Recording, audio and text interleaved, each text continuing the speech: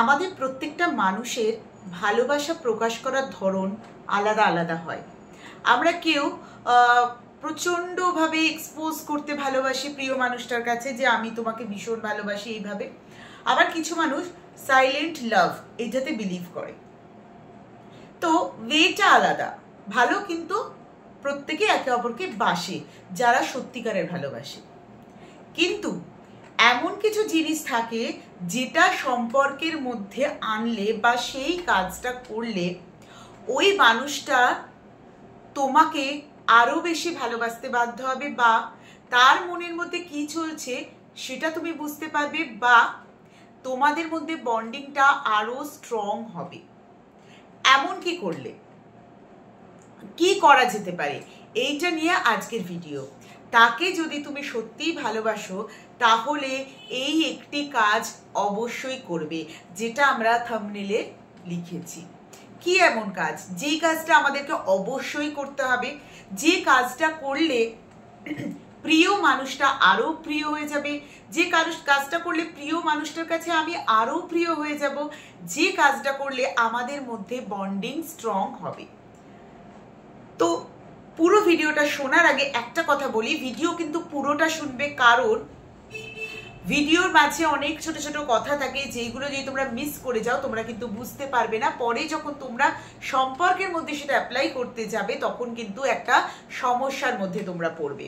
ঠিক আছে, তো পুরো ভিডিওটা শুনতে হবে। চ্যানেলে যারা নতুন আছে ঝটপট চ্যানেলটাকে সাবস্ক্রাইব করে দাও।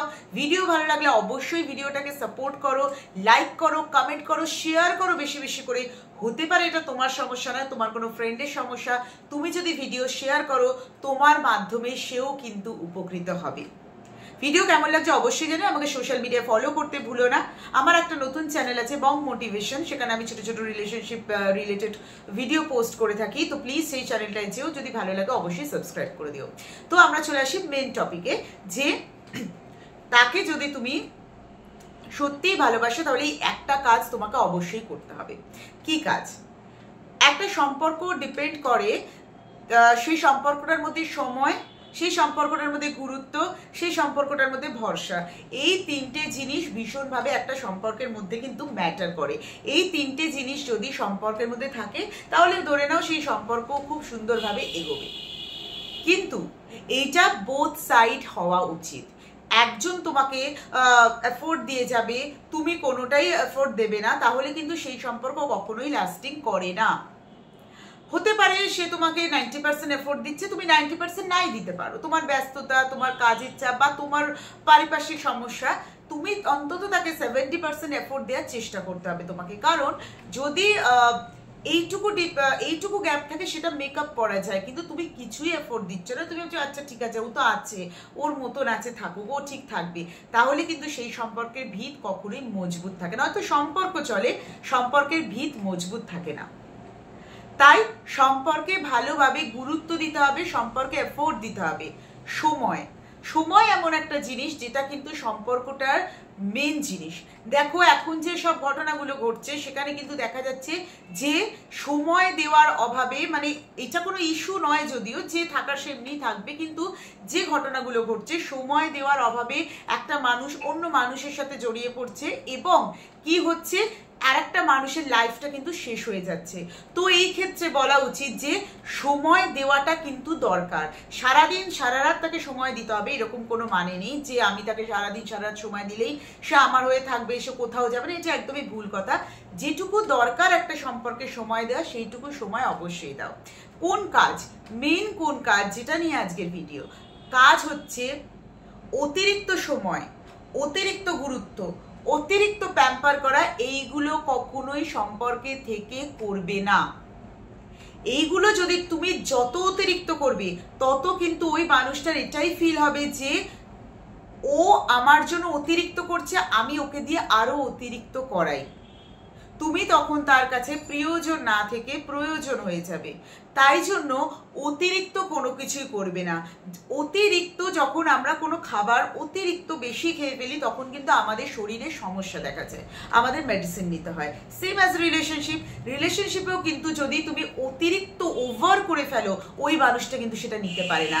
তার কাছে মনে হয় যে এই তো আছে, এ তো অ্যাভেলেবেল, এইটা ভেবে সে কিন্তু নিজের দুনিয়ায় ব্যস্ত হয়ে যায়। আর কি হয়, তুমি যখন অতিরিক্ত করছো তোমার এক্সপেকটেশনসটাও হাই হচ্ছে যে আমি ওর জন্য এতটা করছি, আমার আরও এক্সপেকটেশন লাগবে, আমার আরও এক্সপেকটেশন ফুলফিল হওয়া উচিত।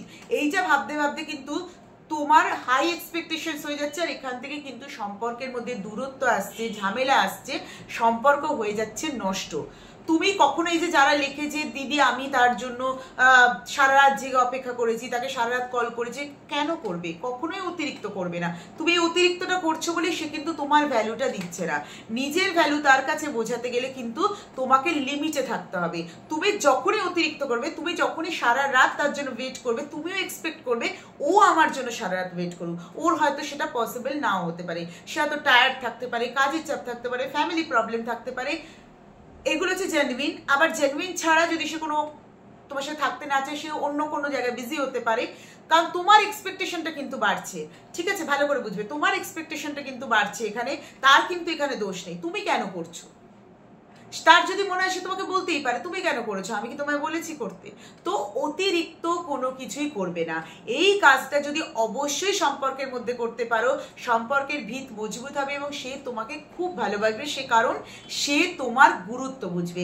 যখনই কোনো মানুষ মানে তোমার প্রিয় মানুষ তোমার গুরুত্ব বুঝবে, তখনই কিন্তু সে তোমায় অতিরিক্ত ভালোবাসবে এবং তোমাকে মিস করতে বাধ্য হবে। এই একটা ভিডিওর মধ্যে কিন্তু অনেকগুলো পয়েন্ট আলোচনা করা হয়েছে। তো ভিডিও কেমন লাগলো অবশ্যই জানিও।